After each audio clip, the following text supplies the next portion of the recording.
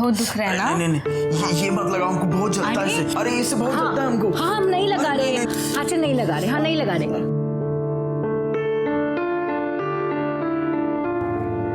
अरे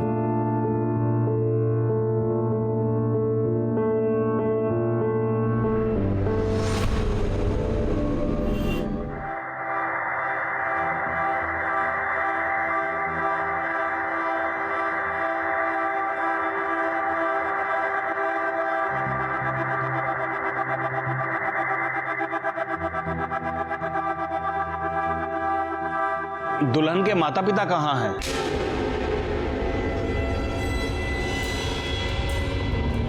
वो नहीं आएंगे, अब विधि शुरू कीजिए।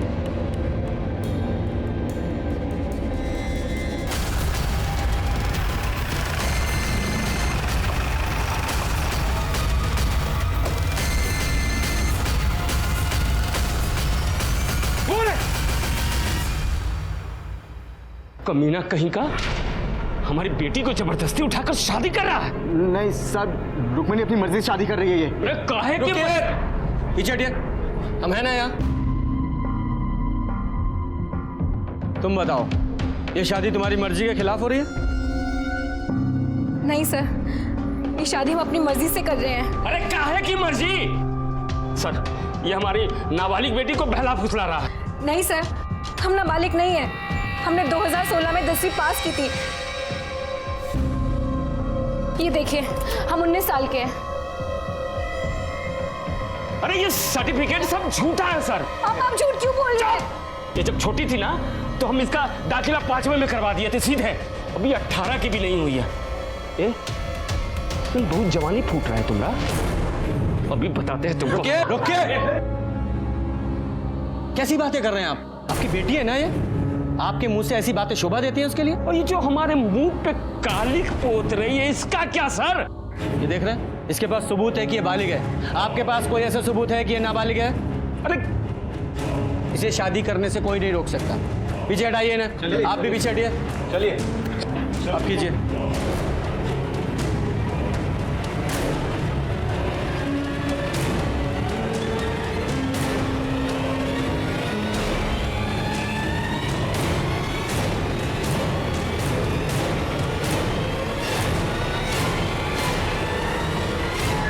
आप दोनों का विवाह संपन्न हुआ।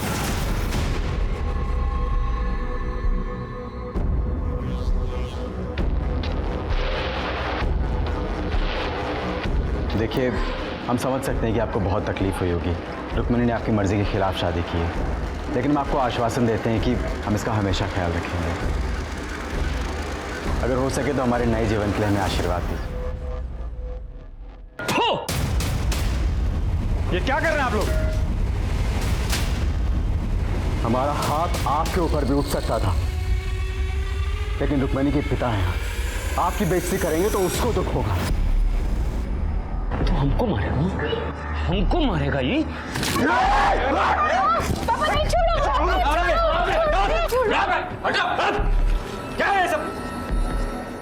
अगर ऐसे गुंडागर्दी करोगे तो अरेस्ट कर ले जाओगे। सुन बेटा, खेल अभी खत्म नहीं हुआ, खेला तो अब शुरू होगा। निकलो, चलो चलो।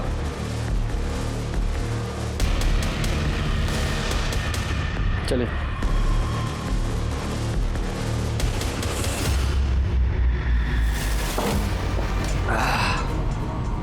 हम तुमको पहले ही बोले थे कि मार कर सालों को निपटा देते हैं, लेकिन तुमको तो आग लगी थी पुलिस के पास जाने की। जाओ। अरे हमने तो सोचा था कि पुलिस आके सारा खेल खत्म कर देगी, ये शादी रुकवा देगी, लेकिन छोड़ेंगे नहीं सालों को, ना छोड़ेंगे ना। पंकज यार, थोड़ा जल्दी हाथ चलाओ यार, सुबह से कोई काम आगे बढ़ता ही नजर नहीं आ रहा है हमको।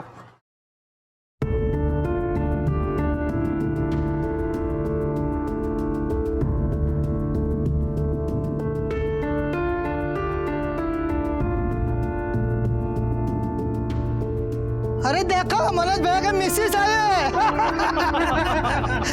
ए, चलो फटाफट खाना खा के काम पे लगो।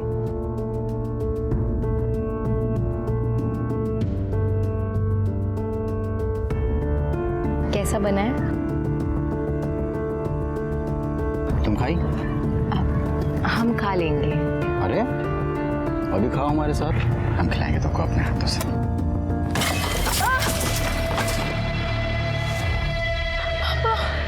साला तुम्हारा तो ऐसी हालत करेंगे ना कि जिंदगी भर हलक से निवाला नीचे नहीं उतरेगा। हमारी बेटी को फंसाया। पापा नहीं। मेरे भाई को मारने की हिम्मत कैसी तुम लोगों की? छोड़ेंगे नहीं। अरे देख लेंगे तुमको, हम भी जाओ। याद रखना। मुन्ना चल, निकलो।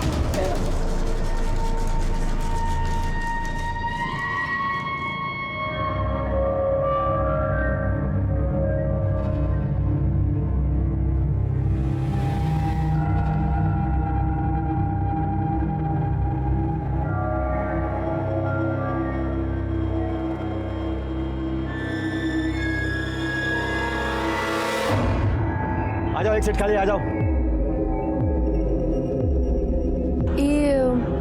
ये पटेल नगर किधर पड़ेगा? पटेल नगर पास में ही आइए, मैं आपको छोड़ दूँ। अरे यार बीच में कहाँ पौधा खिला? मेरा नंबर है। भाई मेरा नंबर है। अरे तो जा रहे यार, दिमाग खराब कर। मैं आपको छोड़ देता हूँ। मैं छोड़ दूँ। आप इधर आइए। बैठ जाओ, बैठ जाओ। रुक जाओ। बैठ जाओ, मैं छोड़ रहा हूँ। बैठ जाओ।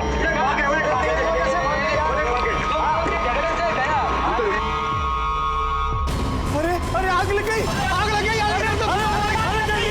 आग बुझा ली है। अरे पानी आ गया।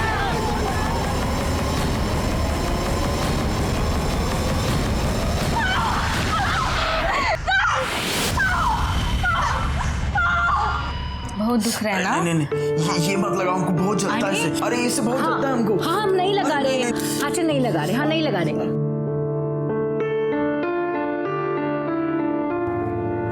अरे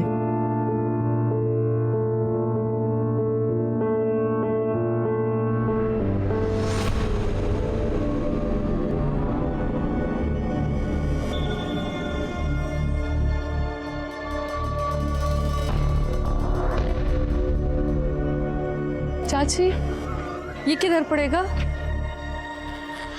बेटा ये आगे जाके दूसरी गली और तीसरा मकान।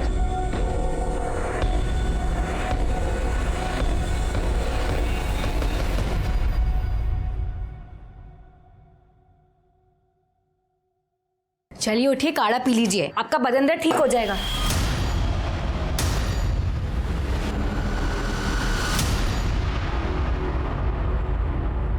लो भाई, सामान ले आए। खड़ा धनिया नहीं मिला।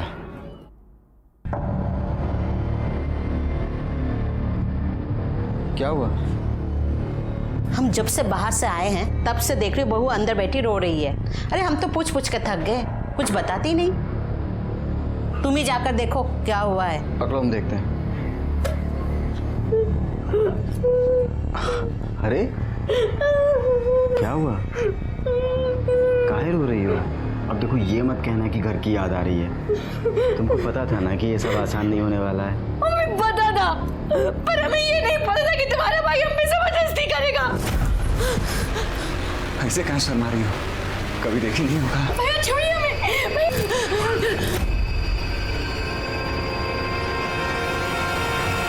पागल हो गई है क्या?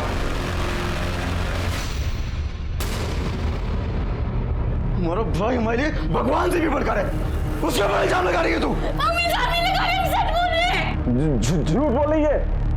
हम तो बीमार हैं, बाहर सो रहे थे। अच्छा हम झूठ बोल रहे हैं? जब गंदा काम करने में शर्म नहीं आई तब मारने में काहे आ रही है?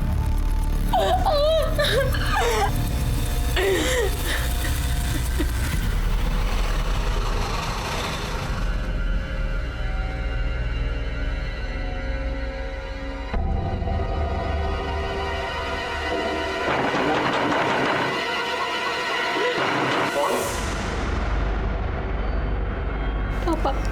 तुम कौन है? क्या लेने आई हो अब यहाँ? पापा हमें अंदर आने दीजिए। पापा देखिए, उसे अंदर आने दीजिए। हम आपके हाथ जोड़ते हैं। अब और कितना तमाशा करेंगे आप? बेटी है हमारी, हमने कहा ना, उसे अंदर आने दीजिए।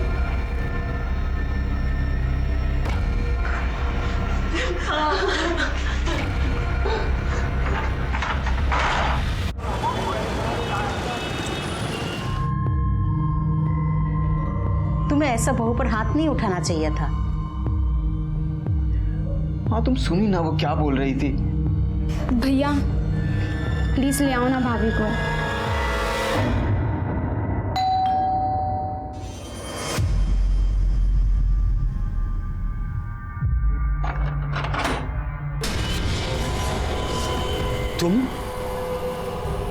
तुम यहाँ क्या कर रहे हो? चले जाओ यहाँ से, नहीं तो यही जिंदा जमीन में गाड़ देंगे। निकलो निकलो यहाँ से। अरे ये क्या कर रहे हैं? भगवान के लिए बस कीजिए, ये दामाद जी है हमारे। जो हुआ सो भूल जाइए, हमारी बेटी की जिंदगी बर्बाद मत कीजिए। हम रुक्मणी को लेने आए। रुक्मणी को लेने आए? दोबारा ये देखिए एक बार मेरी बात मान लीजिए, रुक्मणी के लिए, मेरे लिए।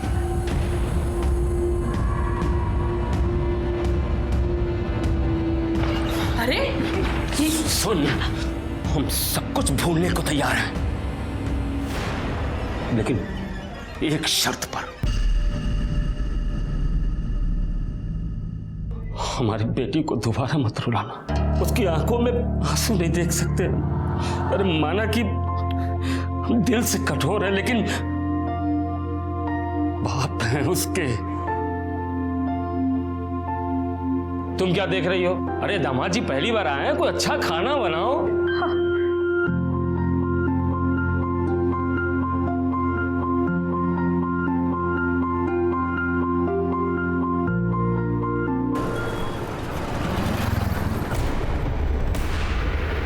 अरे अरे आग लग गई, आग लग गई, आग लग गई। चलिए चलिए भाई, अरे पानी आइए, अरे पानी आइए। अबे हमारे बेटियों से भाग के कमरे में आग लगी। अरे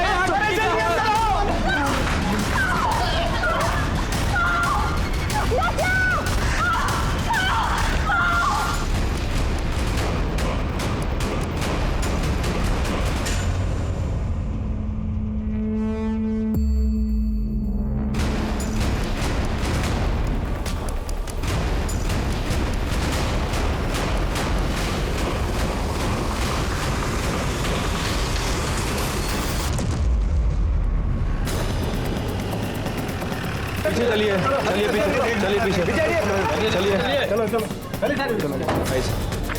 सर 2 लोगों की बॉडी थी, मनोज और रुक्मणी। काफ़ी बुरी तरह से जल गए थे। मनोज की तो मौका वारदात पर ही मौत हो गई। रुक्मणी को हॉस्पिटल भेज दिया गया। ये रही सर मनोज की बॉडी।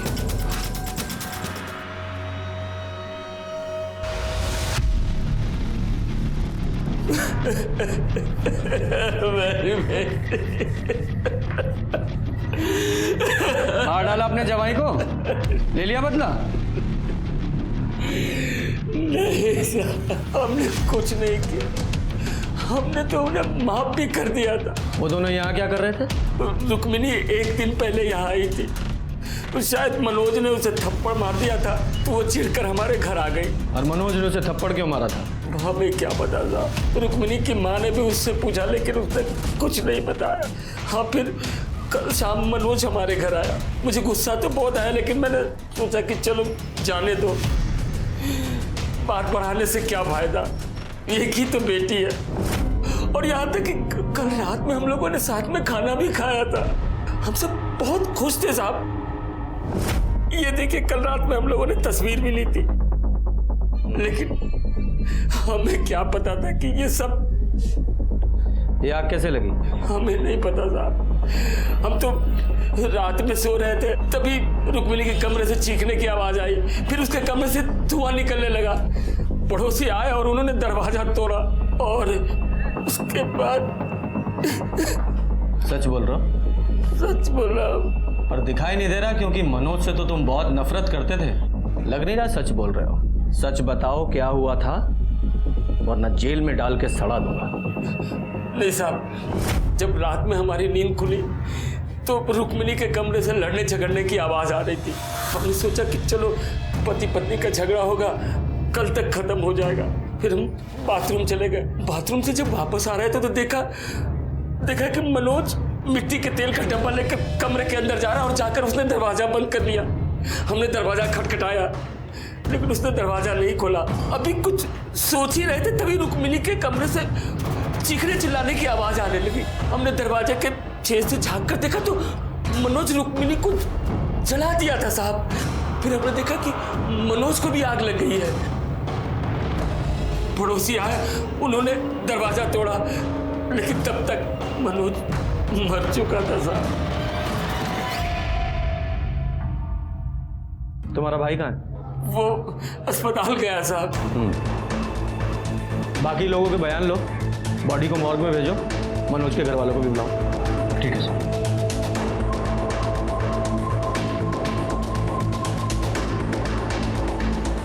साहब एक मिनट बात करनी है आपसे। बोलिए। हमारा नाम सूरज है। हाँ। और ये हमारा बेटा गोपाल। हम बसेसर के बगल वाले घर में ही रहते हैं। इधर? हाँ। हमारा बेटा गोपाल आपको कुछ बताना चाहता है। हाँ बेटा बताओ। सर, हमारी खिड़की से रुक्मणी दीदी का रूम दिखता है। कल रात देर तक हम जाग रहे थे, हमारी टेस्ट थी इसलिए हम पढ़ रहे थे, तो हमने सुना तो रुक्मणी दीदी किसी के साथ झगड़ रही थी। हमने देखा भी तो वो कोई आदमी था, उसने डब्बे से उनके ऊपर मिट्टी का तेल डाल दिया और गुस्से में उनको जला दिया, पर उन पे भी आग लग गई। वो तो बाहर भाग रहे थे, मैंने ही जाके पापा को जगाया था। साहब हम तुरंत दौड़ के बाहर आए थे और तब तक तो बेटा हाथ इधर लाओ। इतने बुरी तरीके से किसने मारा था? वो मास्टर जी ने। इतने बुरी तरीके से? अगर तुम चाहो तो उनके खिलाफ कंप्लेन कर सकते हो, मैं कार्रवाई करूंगा। साहब शिकायत की कोनो जरूरत नहीं है। अब ये बच्चा है, गलती हो गई इससे, होमवर्क नहीं किया तो मार तो पड़ेगी। होमवर्क किया करो। हाँ? तो सर इन लोगों के हिसाब से पति और पत्नी के बीच में झगड़ा हुआ। पति ने गुस्से में आकर पत्नी को जलाने की कोशिश की और खुद उस आग में जलकर मर गया, और अब पत्नी जिंदगी और मौत के बीच जंग लड़ रही है। अब इन लोगों ने जो रामायण सुनाई है उसके हिसाब से तो ऐसा ही लग रहा है। अब ये रुक्मणी ही कंफर्म कर सकती है कि इस कहानी का असली रावण कौन है। सर रुक्मणी कुछ भी बता नहीं सकती, वो कुछ बोलने की हालत में है ही नहीं। उसका बदन पूरी तरह से जल चुका है, अभी बेहोश है। अगर वो होश में आ भी जाए तो भी उसे ठीक होने में काफी समय लगेगा। देखिए ना साहब, क्या हालत कर दी हमारी बेटी की। ये सब हमारी गलती है, नहीं हम उसे घर में आने देते, नहीं वो ये सब करता। अच्छा हुआ कि राक्षस चलकर मर गया, वरना हम उसकी जान ले लेते। जब ये सब कुछ हुआ आप कहाँ थे? अपने घर में थे साहब, हमें तो अभी इस बारे में पता चला है, और हम तो इस रिश्ते के पहले से ही खिलाफ थे। अब देख लीजिए बड़ों की बात ना मानने का क्या नतीजा होगा। यादव जी, ये मनोज के घर वालों को इन्फॉर्म किया? हाँ, उन्हें मॉग रूम बुलाया।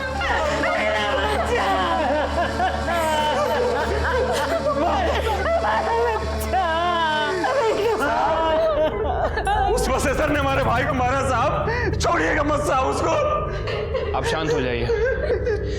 देखिए बॉडी में तो और कुछ बचा नहीं है, लेकिन हमें बॉडी में एक कड़ा मिला है। आप पहचानते हैं इसे? साहब ये कड़ा मनोज का साहब, उसके पिछले जन्मदिन पे हम उसको गिफ्ट में दिए थे साहब। साहब ये सब कुछ उस रुक्मिणी के बाप ने किया साहब। उसने हमारे भाई मनोज को मार डाला साहब। मंदिर में देखा था ना आपने, कितना गुस्सा भरा था उसके अंदर। और उसके बाद मनोज जिस कंस्ट्रक्शन साइट पे काम करता था वहां अपने गुंडों के साथ पहुंच गया था।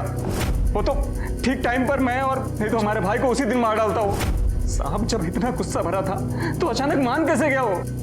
जब इस बसेसर ने मनोज के साथ कंस्ट्रक्शन साइट पे मारपीट की थी तो आप लोगों ने पुलिस कंप्लेन क्यों नहीं की? हमने उससे कहा था बात ना बढ़ाए, रिश्तेदारी वाली बात थी। अब बेटी भाग जाएगी तो गुस्सा तो आएगा ना। इतना गुस्सा कि हमारे बेटे की जान ही ले ली। ये रुक्मणी के घर वालों ने हमें बताया कि मनोज ने रुक्मणी के साथ कुछ मारपीट की थी और इसलिए वो अपने मायके आ गई थी। ये बता सकते हैं पति पत्नी में किस बात को लेकर झगड़ा हुआ था? साहब पति पत्नी तो लड़ते रहते हैं, कौन सी बड़ी बात है। और मनोज थोड़ा गुस्से वाला था और रुक्मणी बहुत जल्दी चिढ़ जाती थी। बात क्या हुई थी साहब हमें कुछ नहीं पता। हमें बिन बताए उसने गुस्से में अपने मैके जाके बैठ गई साहब। हमने मनोज से कहा था उसे मना ले आए साहब, हमें क्या पता था हम खुद ही मेरे बेटे को मौत के मुंह में भेज गए। क्या फिर से नौकरी छोड़ दी? तुम्हारे पैर में चक्री लगी है क्या? किसी नौकरी पे टिकते ही नहीं हो तुम। उसकी छोड़ो, वो मैं देख लूँगा। हाँ, बाद में बात करता हूँ। मेरे छोटे भाई को ना पहले मेरी शादी करनी है, फिर नौकरी करनी है। सही तो कह रहा है सर। अच्छा, तुम भी उसी का साथ दोगे? अपडेट बताओ। सर ये मनोज की पीएम रिपोर्ट है सर। बॉडी 80% जली हुई थी सर, और बॉडी पे कहीं भी कोई एक्सटर्नल इंजरीज और ट्रॉमा के निशान नहीं है। यादव जी, ये मनोज के घर वालों का कहना है कि मनोज काफ़ी गुस्से वाला था जी, और ये रुक्मणी ये भी काफ़ी शॉर्ट टेम्पर्ड थी। तो हो सकता है उस रात रुक्मणी और मनोज का झगड़ा हुआ हो और गुस्से में मनोज ने रुक्मणी को जला दिया और गलती से उसी आग में खुद जलकर मर गया। तो इस हिसाब से रुक्मणी विक्टिम और ये मनोज कल्प्रिट।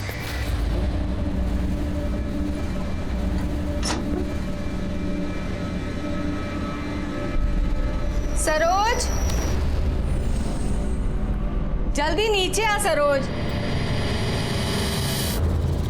अरे कहाँ रह गई थी सरोज? जी अम्मा जी, वो हम छत पर ना कपड़े सुखा रहे थे। अच्छा सुन, बाहर बिरजू आया है, उसका हिसाब देख ले जरा, ठीक है? अच्छा सुन, 1 मिनट रुक। मुझे लगता है थोड़ा हिसाब उसका और बनेगा, तो तू एक काम कर, तू ये सारे पैसे ले जा, ठीक से हिसाब कर और बचे हुए पैसे लेके आ। चल जा। काय टुकुर टुकुर देख रही है? बाहर जा, जा अपना काम कर। अम्मा जी, हम कह रहे हैं लड़की कुछ ठीक नहीं लगती हमको। अरे बेफालतू का ना सब पे शक करता रहता है, अच्छी लड़की है। बताइए। 12 बोरी आलू की लेकर के आया हूँ और अपना 1 बोरी अदरक। 1 सेकंड, 1 मिनट।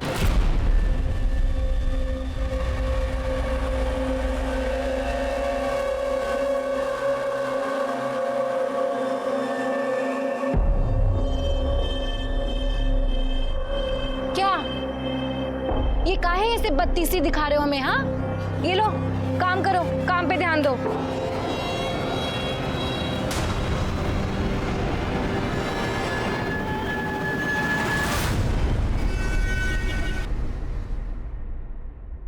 सर, बिहार के बलुआ गांव में एक जवान लड़के ने एक लड़की के साथ मिलकर वहां रहने वाली विधवा के घर लूटपाट की और उसके बाद उसकी हत्या कर दी। सर, उसका नाम दुर्गा देवी था, 65 साल की थी और काफ़ी अमीर थी। बाकी की फैमिली दिल्ली में रहती है। और सर, ये दोनों कल्पिट बिरजू और सरोज उसी के घर काम करते थे। सर, बिहार पुलिस ने बताया कि वो दोनों कल्पिट मुगल सराय की तरफ आए हैं। सारी डिटेल सर्कुलेट करवा दीजिए। हाँ सर, लेकिन एक बार फोटो तो देख लीजिए। ऐसा क्या है फोटो में?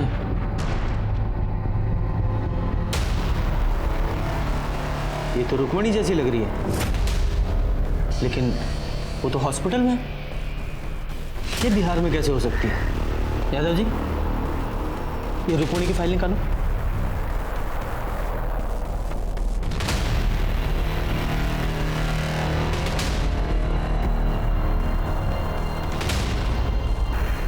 देखिए सर, दोनों के हाथों पर बिल्कुल सेम जगह ही टैटू है। हाँ, लेकिन इस फोटो में टैटू थोड़ा क्लियर नहीं है, लेकिन है एक ही जगह पर। Good job Yadav ji. अब इस रुक्मणी से मिलने का वक्त आ गया है, चलो।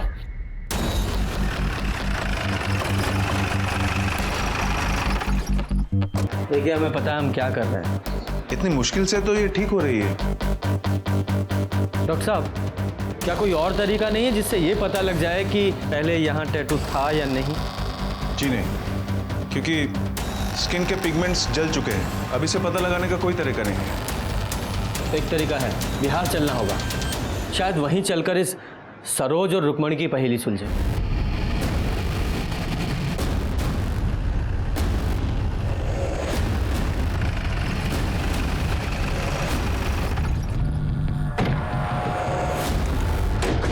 यही घर है सर। और ये पुलिस वाले यूपी से आए हैं साहब। तुमने जो बयान हमको दिया था, तुम्हारे मुंह से सुनना चाहते हैं। वो क्या है कि तुम्हारे अम्मा जी के कातिलों का पता लगाना है ना। छोड़ना मत साहब उनको। हमारी अम्मा जी बहुत अच्छी थी साहब, बहुत अच्छी थी हमारी अम्मा। ये सरोज यहाँ कब से काम करती थी? साहब कुछ 35-40 दिन हुए होंगे साहब। बहुत पढ़ी लिखी थी साहब और एकदम सीधी सादी लगती थी। अम्मा जी का तो बहुत ही ख्याल रखती थी और अम्मा जी भी उस पर बहुत भरोसा करते थे साहब। और ये बिरजू? अम्मा जी का जमीन का बटाई होता है ना, वो बिरजू ही देखता था, यहाँ आता जाता रहता था साहब। वो हिसाब किताब भी सरोज ही देखती थी। जी सर, यहाँ पे काम करने वाले लोगों का कहना है कि सरोज और बिरजू बहुत घुल मिल गए थे। हाँ साहब, हम देखे थे बिरजू और सरोज में बहुत नजदीकियाँ हो गई थी। अगर तुम्हें हमारी जरूरत है तो सीधे सीधे कह क्यों नहीं देते? साहब वो जो सरोज थी ना, वो हमेशा डरी डरी रहती थी। डरी डरी मतलब? डरने की वजह तो पता नहीं, लेकिन हमेशा उसके दिमाग में कुछ ना कुछ तो चलता रहता था साहब। ये सरोज कहाँ की रहने वाली थी? पता नहीं साहब। पता नहीं? तो फिर मिली कहाँ? हम वो अप्रैल में पटना गए थे, आके देखा तो यहाँ काम कर रही थी वो। आपने सरोज के बारे में बाकी गांव वालों से बात की? जी सर, लेकिन किसी को भी नहीं पता है कि वो कहाँ से आई थी और यहाँ तक कैसे पहुँची। साहब हम एक चीज हमेशा देखते रहे कि जब भी अम्मा जी लाकर खोलती थी ना तो उसकी आँख खुल जाती थी। सच में हम कह रहे साहब कि सब कुछ उसका ही किया धरा है। बिरजू को भी उसी ने फंसाया साहब। साहब वहाँ अम्मा जी का लाश लाकर के पास पड़ा था और उस वक्त लाकर खुला था साहब। सर फ्लावर वॉश को विपेन की तरह यूज किया गया था, जिसे हमने फॉरेंसिक में जमा करा दिया है। ये सरोज के पास कोई मोबाइल था? नहीं साहब, नहीं था। ये अम्मा और बिरजू के पास तो होगा? हाँ उनके पास था साहब। सर बिरजू अपना मोबाइल एक मजदूर को देके गया था, जिसमें मोबाइल डेटा इरेज था और कोई सिम भी नहीं था। सर हमने अम्मा जी और बिरजू की मोबाइल की CDR रिपोर्ट और मोबाइल लोकेशन दोनों मंगवाई, जल्दी ही मिल जाएगी। गुड। सर बिरजू के मोबाइल लोकेशन और मोबाइल डिटेल्स में कुछ भी सस्पिशियस नहीं है, लेकिन सर ये अम्मा जी नटवा गांव में भीमा के कांटेक्ट में थी। ये भीमा कौन है? हिस्ट्री शीटर है सर। ह्यूमन ट्रैफिकिंग के केस में कई बार पकड़ा गया पर हमेशा बेल पे छूट जाता है। लेकिन सर मेरी समझ में ये नहीं आ रहा है कि दुर्गा देवी उससे बात क्यों करती थी। वो भी पता चल जाएगा।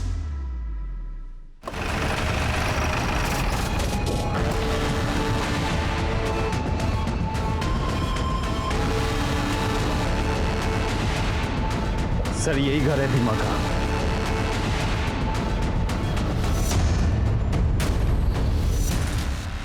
यहाँ तो ताला लगा है। कैसे पता लगाएं सर, कहाँ गया होगा?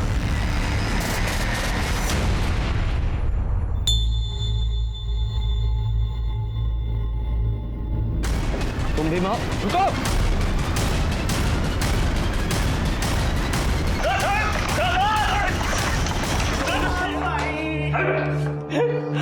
कितना मारते हो तुम लोग? बहुत लगा? जी साहब। अच्छा पानी पियोगे? हाँ साहब। ठीक है पिलाते हैं, पर पहले सच बताओ, सरोज को तो जानते हो? कौन है, कहाँ से आई थी, सारी डिटेल्स बताओ उसकी। साहब हम कसम खा के कहते हैं, हमको नहीं पता साहब। अम्मा ना सच बोलती थी, ये लातों के भूत बातों से नहीं मानते। तुम लोग ना अपने तरीके से पूछ लो, मुझे तो ये कुछ बताएगा नहीं। साहब रुकिए साहब, बताते साहब, बताते। बताओ। सब वो दरअसल वो राम लखन आदमी का फोन आया था हमारे पास।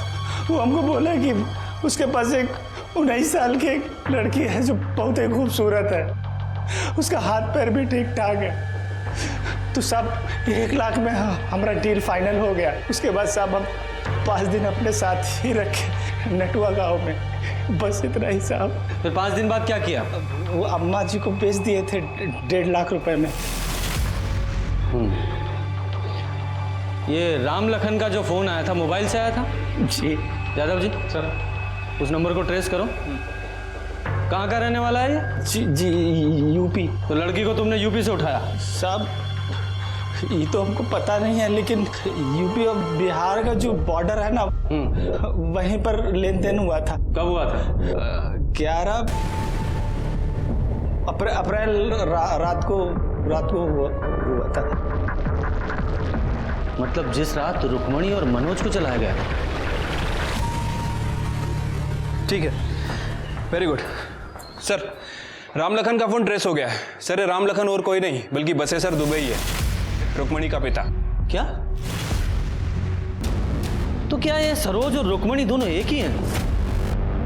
अगर ये सरोज रुक्मणी है तो फिर वो लड़की कौन है जो हॉस्पिटल में है, या फिर दोनों जुड़वा बहनें हैं? सर, जो लड़की हॉस्पिटल में है उसका डीएनए बसेसर दुबे के डीएनए से मैच भी हुआ था। बड़ी उलझी हुई पहेली है। सबसे पहले ना ये मुगल सराय जाकर इस बसेसर से बात करनी पड़ेगी। यादव जी, इस बसेसर की पूरी जन्म कुंडली निकालो। जी। और सिन्हा साहब सर, जितने भी टोल नाका हैं सबकी सीसीटीवी फुटेज निकालो। इस सरोज का मिलना बहुत जरूरी है। और वो बिरजू, उसके मोबाइल में उसका सिम नहीं था, हो सकता है उसने दूसरे मोबाइल में सिम डालकर एक्टिवेट किया हो। पता करने की कोशिश करो। इन दोनों का मिलना बहुत जरूरी है। जी सर।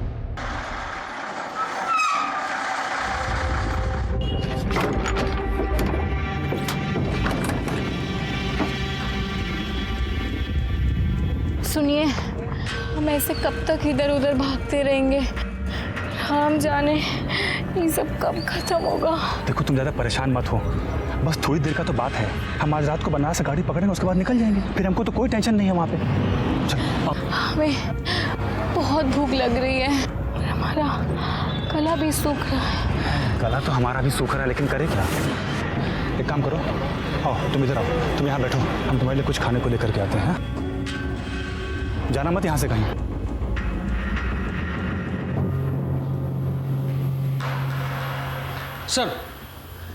सर, बसेसर के बारे में एक इन्फॉर्मेशन मिली है। क्या? बसेसर की पहले भी एक शादी हुई थी किसी दुलारी नाम की औरत के साथ। उससे एक बेटी भी है, महुआ रुक्मिणी से 2 साल बड़ी है। ये महुआ की कोई फोटो मिली? नहीं सर। ये दुलारी और महुआ कहाँ है अभी? सर, दुलारी अभी भी अपने गांव अजवारी में है और बसेसर भी वहीं का रहने वाला है। जब हमने दुलारी से महुआ के बारे में पूछा तो उसने कहा कि वो अपने किसी रिश्तेदार के यहाँ कानपुर गई है, वहीं कहीं मेट का काम करने। लेकिन जब हमने कानपुर में पता किया सर, तो पता चला कि महुआ कानपुर पहुंची ही नहीं। कब की बात है? सर, अप्रैल के पहले हफ्ते की। मतलब 11 अप्रैल से पहले भी बहुत सी चीजें हुई थी। आप काहे नहीं खा रहे? अरे तुम खाओ, हम उधर ही कुछ खा लिए थे, पेट भरा है हमारा। बस कितने बजे का है? शाम को 8 बजे का है। तुम खा के थोड़ा सा रेस्ट कर लो, हम तुमको जगा देंगे। कैसा गंदा मजाक कर रहे हैं आप साहब? एक तो हमारी बिटिया अस्पताल में पड़ी है वैसी हालत में, और आप कह रहे हैं हमें अपनी बेटी को भेज दिए बिहार में। पूत को तो कपूत बनते सुना है, लेकिन बाप को पशु बनते पहली बार देखा है। एक बात बताओ, अगर तुमने अपनी बेटी को नहीं बेचा तो वो नटवा के हिमा से फोन पर क्या बात करते थे? झूठ मत बोलना, तुम्हारे सारे कॉल रिकॉर्ड्स हैं हमारे पास। मना क्यों करेंगे? उससे हमारी बात होती थी, हमारे बचपन का दोस्त है, तो कभी कभार फोन पे बात हो जाया करती है। लेकिन इसका मतलब ये थोड़ी है कि उसे हम लड़की बेचें, मतलब अपनी बेटी को। तो फिर ये भीमा ऐसा क्यों बोल रहा था? कहा है कि उसका दिमाग खराब हो गया, साथ में आप लोगों का। बकवास कर रहा है तू? अरे आप ही लोग ना वो टेस्ट करवाए थे और बोले कि जो बेड में लड़की है वो हमारी बेटी है।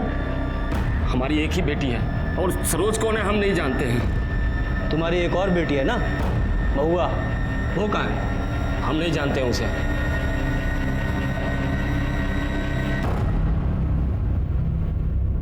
ठीक है, जाओ।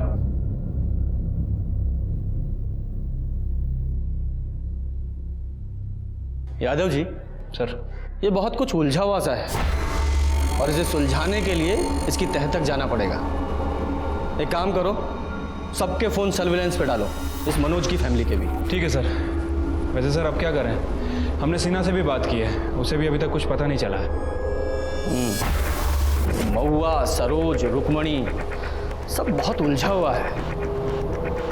अगर ये माने कि ये सरोज ही रुक्मणी है, तो फिर ये हॉस्पिटल में जो लड़की है वो कौन है? महुआ? सर, रुक्मणी की तबीयत पहले से बेटर है, बीच बीच में होश भी आ रहा है उसे, मगर उसके वोकल कॉर्ड्स बुरी तरह से झुलस चुके हैं। अगर उसने बोलने की कोशिश की तो काफी नुकसान हो सकता है। मतलब उससे बात ही नहीं कर सकते? जी नहीं। इस लड़की का डीएनए इसकी माँ फुलवा से मैच कराई है। जी। हो सकता है इसी से कहानी में कोई नया मोड़ आए। आज हमारा बेटा 24 का हो जाता, शादी के बाद उसका पहला जन्मदिन। माँ, अब रो मत, आप भी तो हमारी हिम्मत हो।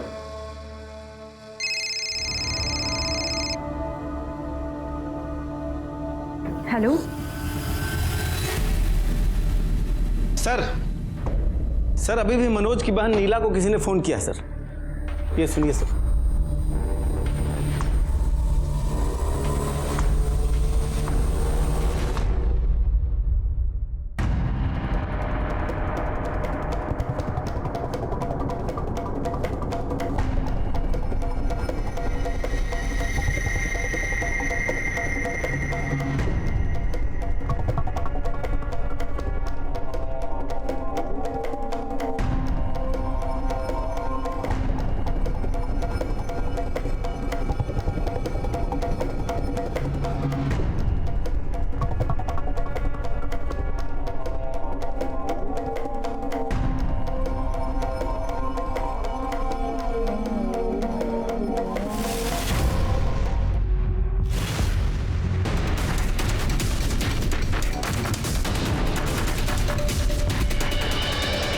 कैसी हो? याद नहीं रहा। सरोज, ले चलो इसे। सरोज या रुक्मणी बुलाऊं तुम्हें? कौन हो तुम? सरोज या रुक्मणी या रुक्मणी की कोई जुड़वा बहन? नहीं साहब, हम रुक्मणी ही हैं। सबने बहुत कोशिश की कि हम भूल जाए कि हम रुक्मणी नहीं हैं, लेकिन साहब हम रुक्मणी ही हैं। उस रात तुम्हारी मनोज से लड़ाई किस बात पर हुई थी? नहीं साहब, हम दोनों की तो कोई लड़ाई नहीं हुई थी। हम दोनों के बीच तो सब कुछ ठीक था। हम दोनों ने खाना खाया, उसके बाद हम सोने चले गए। फिर अचानक से आधी रात में किसी ने हमें कुछ सुंघाया और हम बेहोश हो गए। हमने भागने की कोशिश की, लेकिन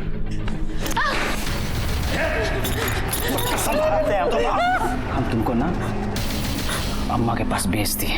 हाँ, भेज दिए हैं तुमको। अब से तुम्हारा नाम सरोज है। सरोज, रुक्मणी नाम को भूल जाओ। और अगर तुमने भागने का कोशिश किया ना तो पता क्या होगा? जो पूरा गांव का मर्द लोग है ना, वो तुम्हारे ऊपर छोड़ देंगे। उसके बाद तुमको और तुम्हारे मनोज को दोनों को गोली मार देंगे। अम्मा जी बहुत अच्छी इंसान थी, वहां में कोई परेशानी नहीं थी। पर साहब, हम वहां कैसे रहते? हमें तो अपने पति के पास जाना था। हम मनोज से बहुत प्यार करते थे साहब। हमारे पास कोई फोन भी नहीं था जिससे कि हम मनोज को फोन कर सके। वहां हर वक्त हम पर सब लोग नजर रखते थे साहब। ऐसा लगता था जैसे हमें वहां कैद करके रखा हो। फिर हमें एक आदमी मिला वहां पे, बिरजू नाम का। वो अम्मा जी की जमीन पे बटैये पे काम करता था। हमने उससे जानबूझकर दोस्ती की। हमने बिरजू से कहा कि हमें यहाँ से भागना है। उसने कहा उसके लिए हमें पैसे चाहिए होंगे। हम दोनों ने मिलकर एक योजना बनाई कि तिजोरी से सारे पैसे निकालकर हम भाग जाएंगे।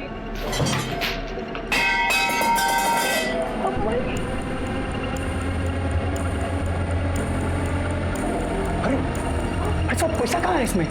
तुमने कहा बहुत सारे पैसे हैं।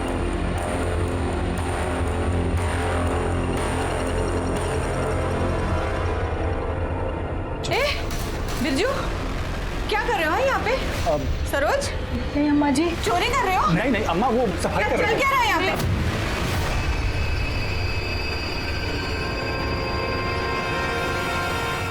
तो तुम यहाँ मुगल सराय आना चाहती थी मनोज के पास? हाँ साहब, पर हमें पता चला फिर साहब हम इधर उधर भागते रहे। हरिदासपुर बस स्टैंड पर बिरजू ने हमारे खाने में नशे की गोली मिला दी और हम बेहोश हो गए। बिरजू वो बैग लेकर भाग गया जिसमें सारे पैसे थे। फिर हमने एक आदमी के फोन से नीला को फोन किया। उससे पहले हमने कई बार मनोज को भी फोन किया था, लेकिन उसका फोन बंद था। ऊपर से बिरजू ने हमें मना किया था जब तक हम मुगल सराय ना पहुंचे तब तक हम किसी को फोन ना करें। साहब, हमारा यकीन कीजिए, हमने अम्मा जी को नहीं मारा। लेकिन पैसे तो तुम्हारे पास थे।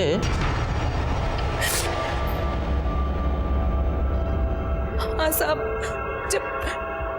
जब बिरजू ने खाना खाने से मना किया तब हमें उसकी नीयत पर थोड़ा सा शक हुआ, तो हमने पैसे अपने पास छुपा लिए थे। मनोज ने तुम्हें किस बात पर मारा जो तुम मायके चली आई थी? उसके भाई राजेश ने हमारे साथ करने की कोशिश की थी। हमने मनोज को बताया भी साहब, पर उसने हम पे यकीन नहीं किया। सर, डीएनए रिपोर्ट आ गया है।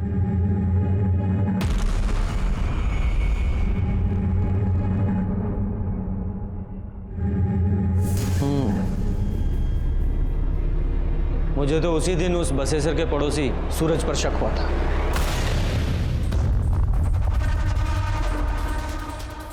तुमने पुलिस से झूठ क्यों बोला?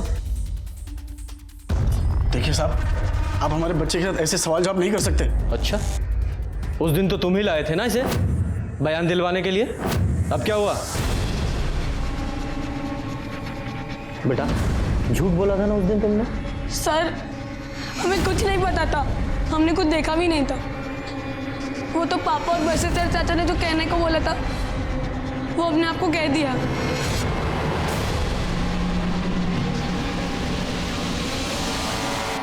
हमने तो मना भी किया था, इन्होंने हमें छड़ी से मारा था।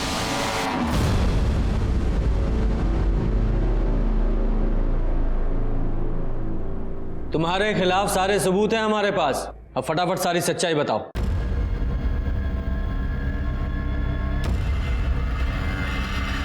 रुक्मिनी ने मनोज से शादी करके हमारा बहुत खून जलाया था। हम उससे बहुत गुस्सा थे। हमने सोचा था कि उसे भीमा का हाथों बेच देंगे, लेकिन जब सोच ही रहे थे तो वो अपने ससुराल से लड़ झगड़ कर खुद ब खुद हमारे घर आ गई।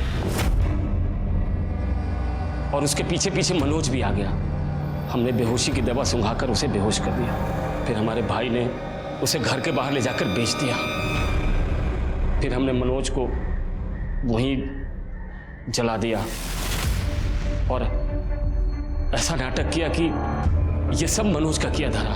मतलब महुआ को रुक्मणी की जगह रखकर जला दिया? क्या करते, दुलारी ने उसे कानपुर भेजा था और वो हमारे पास आ गई। 4 साल की थी जब उसे छोड़कर आए थे, लेकिन उसको तो हमारे घर पर ही रहना था। इतनी सुंदर भी नहीं थी कि कहीं शादी कर देते या बेच देते। उसे अपने भाई के घर रखा। जिस रात हमने रुक्मिनी को बेचा तो हमने सोचा क्यों नहीं महुआ को रुक्मिनी बनाकर इससे भी पीछा छुड़ा लिया जाए। इसलिए उसे बेहोश कर मनोज के साथ जला दिया, लेकिन वो बच गई। शर्म आती है तुम्हारे जैसे इंसान को पिता कहते हुए। अपने स्वार्थ और अहंकार के लिए अपनी 2 बेटियों की जिंदगी बर्बाद कर दी।